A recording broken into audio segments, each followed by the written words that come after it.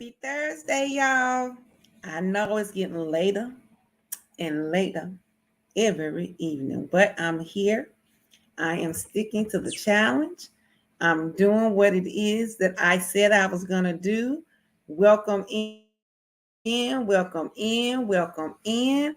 I appreciate y'all for jumping on here late. Please let me know where you're tuning in from for the day 9 of the She is Powerful March Challenge. Welcome.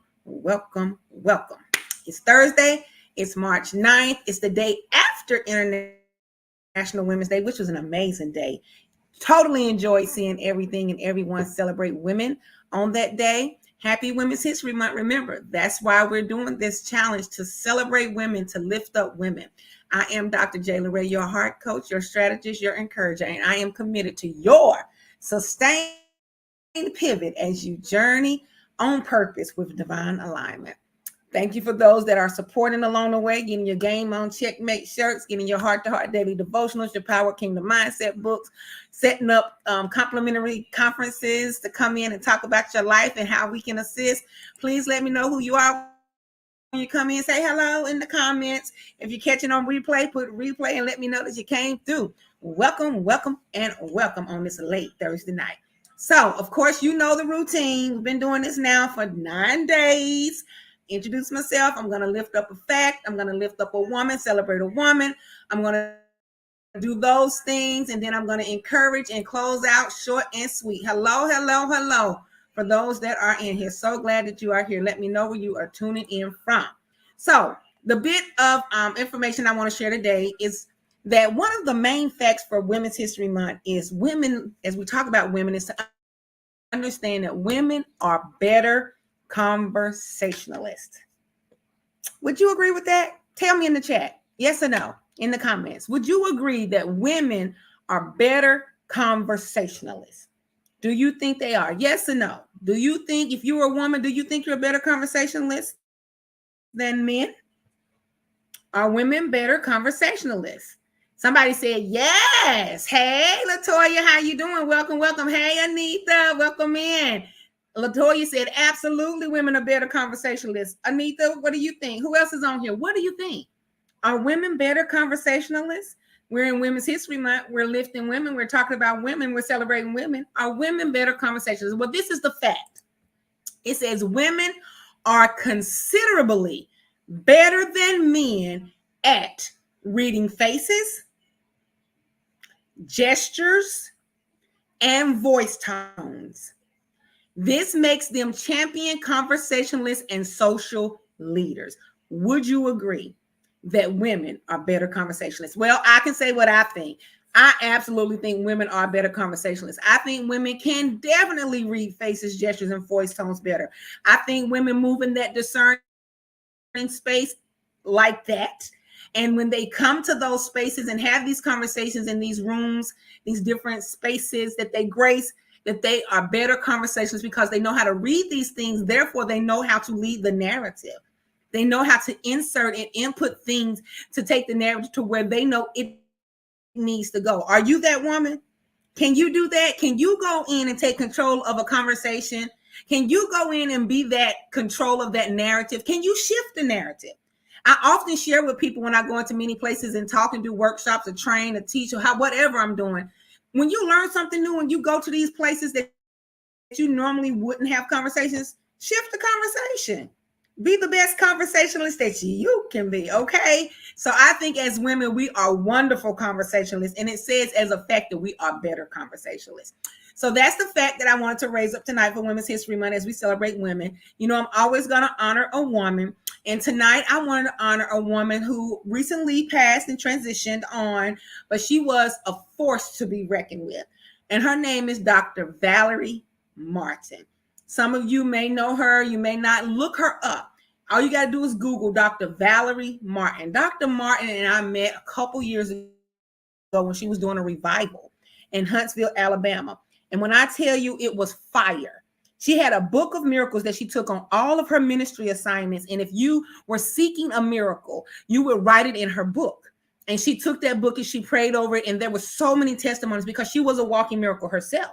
She had been diagnosed with cancer. She got to the table for surgery. They couldn't find it. It was a miracle she was gone.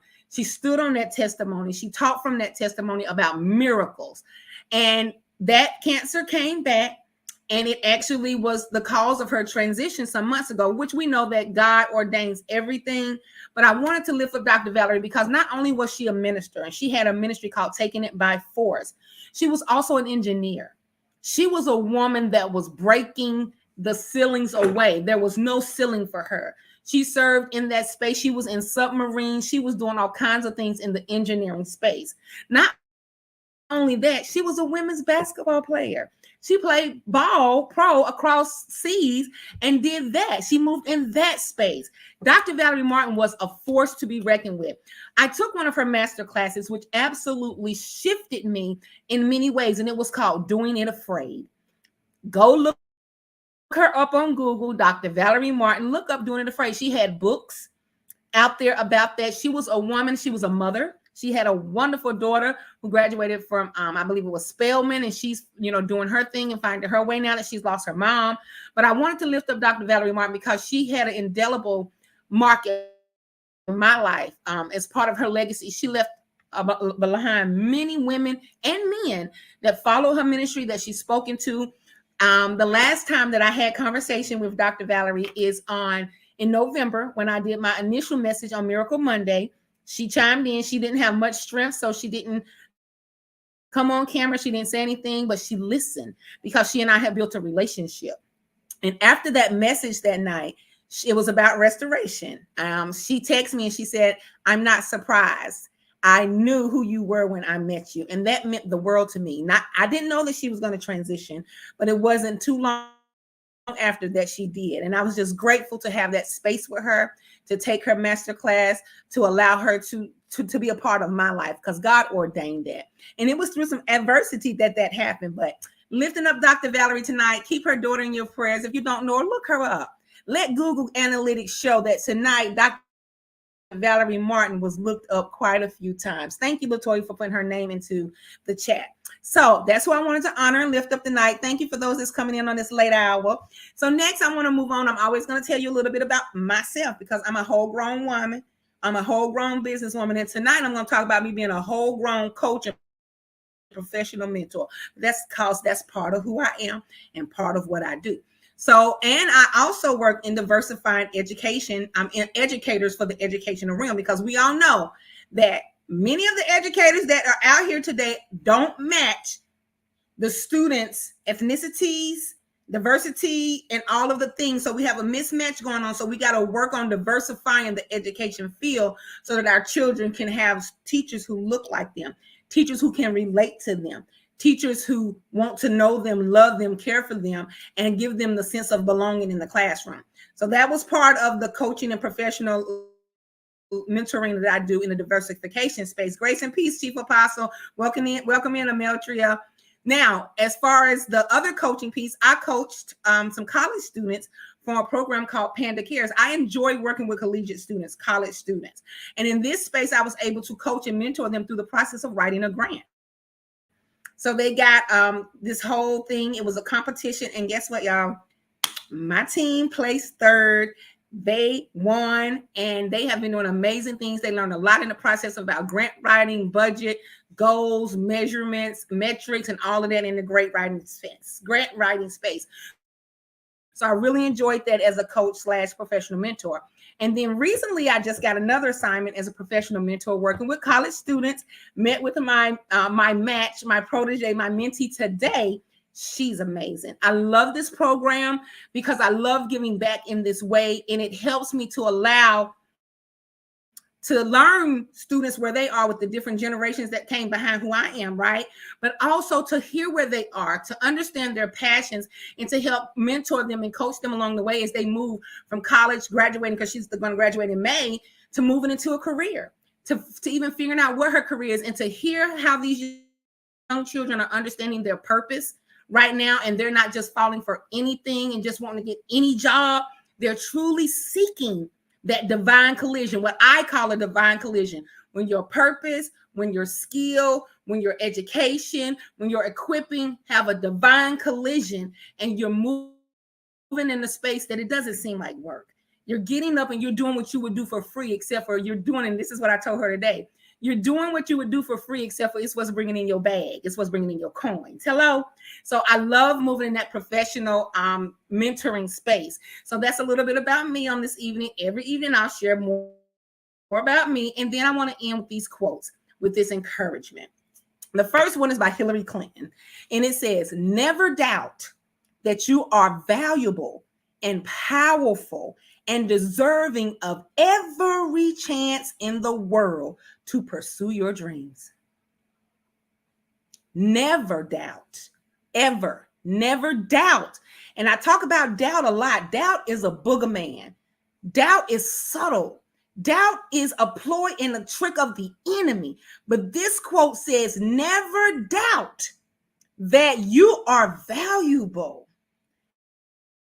and powerful and deserving of every chance in the world to pursue your dreams. Ladies, women, embrace that. Take it in your shanana. Live with it. Let it be a ruling thing for you every day, each and every day, in each and every space. Welcome in, Adrienne. Never doubt that you are valuable, because we are valuable. And valuable can be very subjective depending on who's talking about it, the lens they're looking through. But what I will encourage you to do as a woman is to know your value. I don't care what value looks like to anybody else. Know what value is to you. Understand that you are valuable in all your ways, in all your ways, in all of your spaces, in all of your grace. You are valuable. You are powerful. We carry a power like no other as women. We are powerful. I could go to another place I'm not going to go to, but women got power in a lot of different ways. And use your power correctly. Don't abuse your power. But we are very powerful. So know that you are powerful and know that you are deserving. Sometimes we forget that we're deserving. Sometimes we just take whatever. Sometimes we get so fed up and we get so in a place of depression and all of these things that we just take whatever, not realizing that we deserve the best. We are deserving, ladies. Women, know that you are deserving. Don't just take anything. Know your value, know your power, and know you are deserving, and stand on that. No matter what comes to you, you be like, no, I'm deserving of better. And guess what? As you continue to put that stake in the ground and say, I'm deserving of better, better will find you, better will show up, and then you can embrace your better. So with that quote, it says, of every chance, which means that everything that comes across your path, you understand that you are valuable, you're powerful, and you deserve it in the world to pursue your dreams. First, you got to identify your dreams. Do you know your dreams? Do you have dreams? Sometimes we don't, because we're so bogged down with the things of the world, with the things of life. We're confused. We don't know which way to go. We don't have clarity. Been there. Some days have those moments, but we have to be clear to know what our dreams are so that we can pursue our dreams, knowing that we are valuable, powerful, and deserving of every chance in this world to pursue them. And the last quote is by Michelle Obama for tonight. It says, no country can ever truly flourish if it stifles the potential of its women and deprives itself of the contributions of half of its citizens. Women are here making up over half of the citizens of the world, and a country will not flourish if women don't have their rightful place. If we're always being stifled and our potential is being, a wall is being put up, a country will never flourish. So you go back to that first quote. Think about that when it says no country can ever truly flourish if it stifles the potential of its women and deprives itself of the contribution of half its citizens. Go back to that first one. Never doubt that you are valuable. Hello, the country will not flourish if it stifles the women. Women, never doubt that you are valuable, powerful, and deserving of every chance to pursue your dreams. Do you see how these quotes go hand in hand? Do you see who you are as a vessel, as a woman? Do you see how you were created as a woman?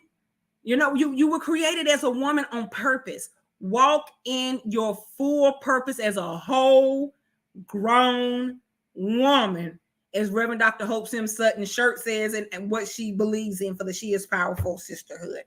Walk in your whole grown womanish. Show up with a whole grown mindset. Open your mouth with a whole grown boldness. Speak with a whole grown courage. Hello, women. Hello. Countries are not going to flourish if they stifle us as women. But we cannot help countries flourish if we don't show up knowing who we are without doubt in our being valuable, powerful, and deserving. That is it for tonight. That is your encouragement. I hope that something edified your soul, entered your heart, sitting with you, ponder on it. Rest well tonight. Tomorrow's Friday. Enjoy your Friday. I'll be back because remember, I got to do this challenge every day throughout the month of March as we celebrate Women's History Month. So happy Women's History Month. Thank you all for joining. Love you much. Thanks for chatting it up with me for day 9 of the She Is Powerful March Challenge. See you tomorrow. Do something that you love on tomorrow. Have some fun this weekend. Bye-bye.